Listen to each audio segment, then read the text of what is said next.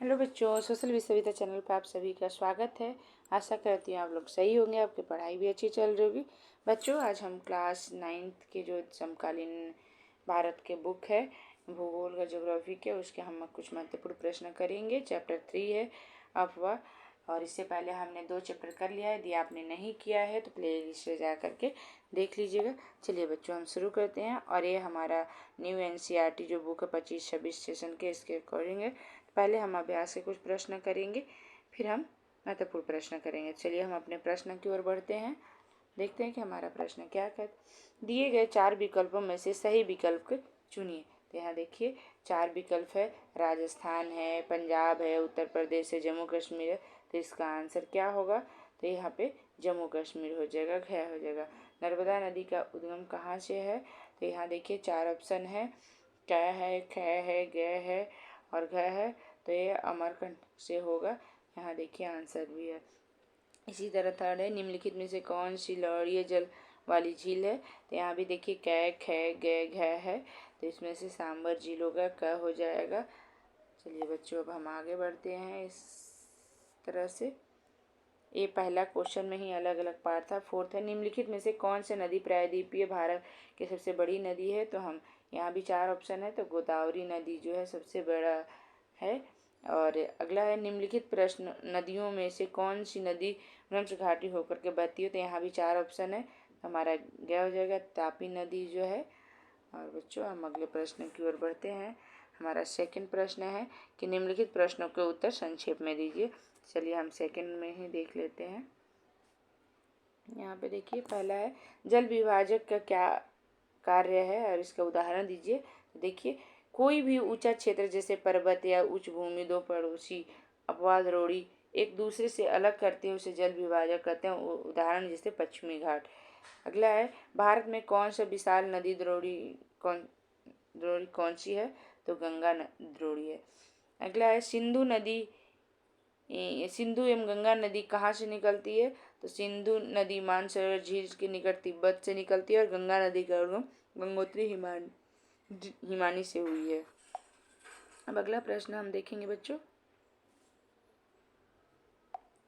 गंगा की 2 मुख्य धारा के नाम लिखिए और कहाँ एक दूसरे से मिलती है, गंगा नदी का निर्माण करती है। तो गंगा नदी का मुख्य धारा भागीरथी और अलकनंदा है, और ये उत्तराखंड के देवप्रयाग में एक दूसरे से मिलकर के गंगा नदी का निर्माण करती है। अगला क्वेश्चन, लंबी धारा होने के बावजूद तिब्बत के क्षेत्रों में ब्रह्मपुत्र में कामगाद सिलवट क्यों है? तो देखिए तिब्बत की शीत एवं शुष्क क्षेत्र में इसलिए लंबी धारा होने के बावजूद यहाँ नदी का जल एवं सिलवट बालू मिट्टी की मात्रा बहुत ही कम है। बच्चों, अगला हम प्रश्न देखेंगे।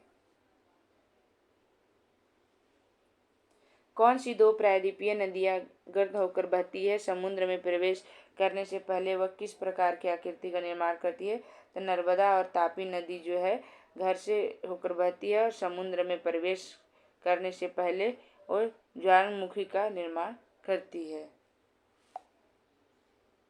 जो अगला हम प्रश्न करते हैं,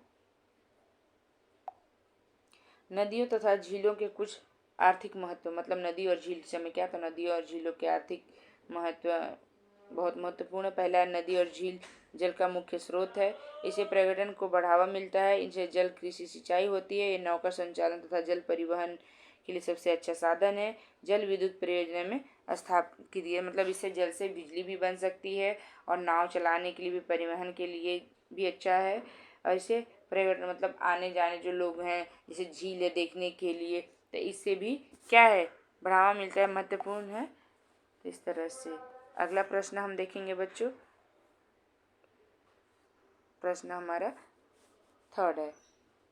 यहाँ देखिए दीर्घ उत्तरीय प्रश्न है, भूलर, डल, नैनीताल, भीमताल, गोविंद सागर, ताल बारापानी और चिल्का, सांबर, राणा प्रताप सागर, निजाम सागर, पुलकित, नागार्जुन झील, हीराकुंड। तो इन सबका आंसर पहले हम देखते हैं, इनमें से कौन सा? तो देखिए प्राकृतिक इसमें से छाटना था, और मानव निर्मित। सारे झीलों में से कौन सा झील प्राकृतिक है और कौन सा मानव। ये देखिए प्राकृतिक झील है, बुलर है, डल है, नैनीताल है, भीमताल है, लोकतक है, बारापानी है, चिल्का है, सांबर है, पुलकित। ये सारा क्या है, ये प्राकृतिक है। 1 नंबर में पूछा जाता है आपके क्वेश्चन में, बहुत ही महत्वपूर्ण है, इसे जरूर। मानव निर्मित झील गोविंद सागर, राणा सागर और निजाम सागर, नागार्जुन सागर और हीराकुंड, ये क्या है, मानव निर्मित झील है। अब अगला प्रश्न हम शुरू करते हैं बच्चों। हिमालय तथा प्रायद्वीपीय नदियों में मुख्य अंतर। तो देखिए पहले हम हिमालय की नदियाँ देखते हैं। हिमालय की नदियाँ अधिकतर 12मासी होती है, मतलब 12 महीने वो बहती रहती है। इन नदियों में का प्रवाह पर्वतों से मतलब इस नदियों में पानी जो बर्फ है हिमालय से पिघल करके आते हैं। इन नदियों की लंबाई अधिक होती है, बहुत ज़्यादा अधिक। यह पूर्णतः विकास डेल्टाओं का निर्माण करती है, मतलब डेल्टा के भी निर्माण करती हैं, जैसे सुंदरबन डेल्टा। और प्रायद्वीपीय नदियाँ जो होती हैं, अधिकतर प्रायद्वीपीय नदियाँ मौसमी होती है, जैसे बारिश के मौसम में बाद में सूख जाती है और ज़्यादा गहरी नहीं होती है, छिछली होती है। इनका प्रवाह वर्षा पर निर्भर है, वर्षा जो बारिश होती है, और इनकी लंबाई जो कम होती है, और ये नदियाँ मोहन के निकट डेल्टा बनाती है।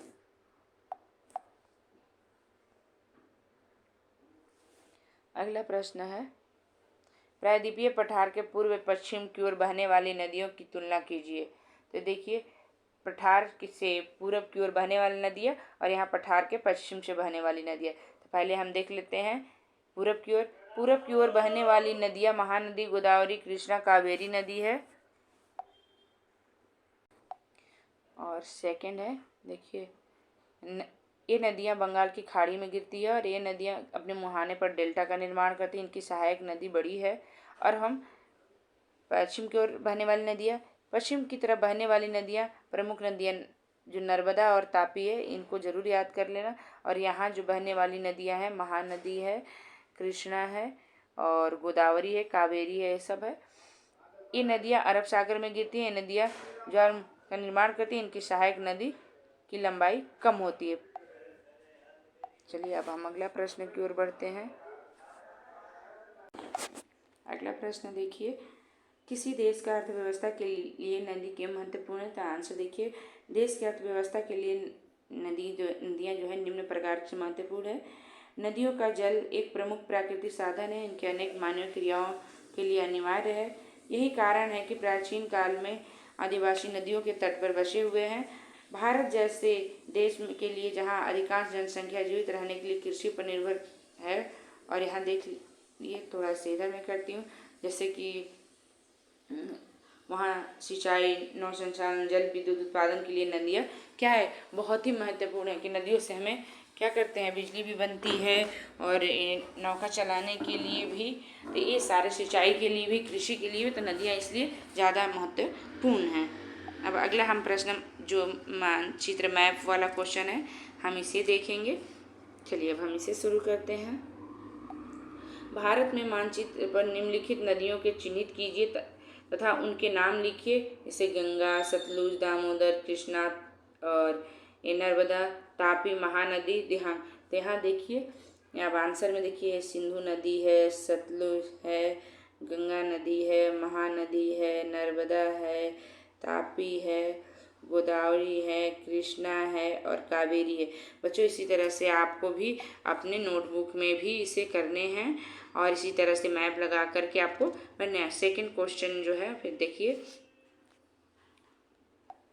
भारत के रेखा मानचित्र पर निम्नलिखित झीलों को चिन्हित कीजिए तथा उनके नाम लिखकर चिल्का, सांबर, वुलर और पुलकित कोलेरू। देखिए वुलर झील है, सांबर झील है, चिल्का झील है। मैं थोड़ा और ऊपर करती हूँ, ये देखिए,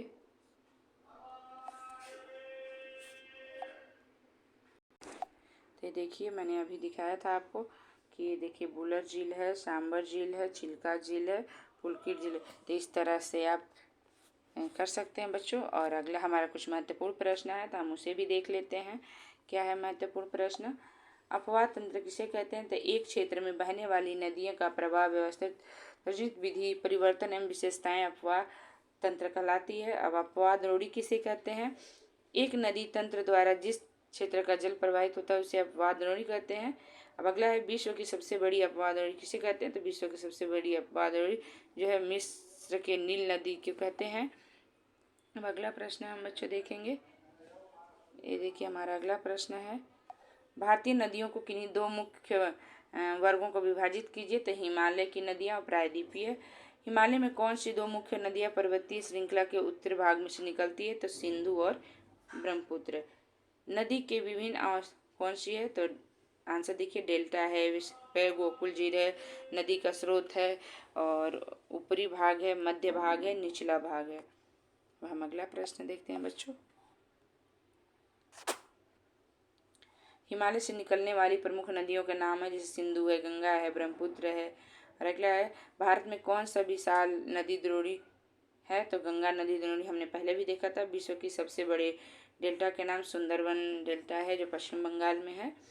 गंगा नदी के दो मुख्य धाराएं के नाम लिखिए। तो गंगा नदी के दो मुख्य धाराएं भागीरथी और अलकनंदा है। मैंने अभी आगे ऊपर मैप में भी जो करा रही थी वहाँ भी, तो ये देख सकते हैं आप कि गंगा के दो है। सिंधु नदी की लंबाई और उसका उद्गम। तो सिंधु नदी की लंबाई जो है देखिए दो यहाँ 2900 किलोमीटर तथा नदी का उद्गम मानसरोवर झील के निकट तिब्बत से है। अगला प्रश्न देखेंगे बच्चों, गंगा की प्रमुख सहायक नदियां लिखें। यमुना, घाघर, गंडक और कोसी। बांग्लादेश में ब्रह्मपुत्र के किस नाम से पुकारा जाता है? जमुना नदी के। और अगला प्रश्न, सुंदरबन डेल्टा में गंगा नदी को किस नाम से पुकारा जाता है? मेघना के नाम से। और ब्रह्मपुत्र नदी को अरुणाचल प्रदेश में किस नाम से? तो दिहांग के नाम से जाना जाता है। ये देखिए, और एक एक नंबर में ये क्वेश्चन पूछा जाता है बच्चे, बहुत ही महत्वपूर्ण। चाहे आप कोई भी एग्जाम दे रहे होंगे, इस सब में महत्वपूर्ण है। ब्रह्मपुत्र को तिब्बत एवं बांग्लादेश में क्या कहा? तो ब्रह्मपुत्र को तिब्बत एवं बांग्लादेश में यमुना कहा जाता है। और यदि जो बच्चे नए हमारे चैनल को लाइक, सब्सक्राइब, शेयर करिएगा, बेल आइकन को भी दबा दीजिएगा ताकि वीडियो के नोटिफिकेशन आप तक सबसे पहले। और आप किसी भी एग्जाम की तैयारी करें, चाहे DSSB हो, सीटेट हो, या कोई भी SSC CGL, सब में NCERT क्वेश्चन पूछे जाते हैं और ये सारे आपके लिए महत्वपूर्ण है। चाहे आप पढ़ने वाले विद्यार्थी हों, सबके लिए ही हेल्पफुल होने वाला है। और बच्चे यदि आप देख रहे हैं तो कॉपी में ज़रूर इसे नोट करिएगा ताकि आप बाद में पढ़ सकते हैं। और अगले वीडियो हम जल्द मिलेंगे। धन्यवाद।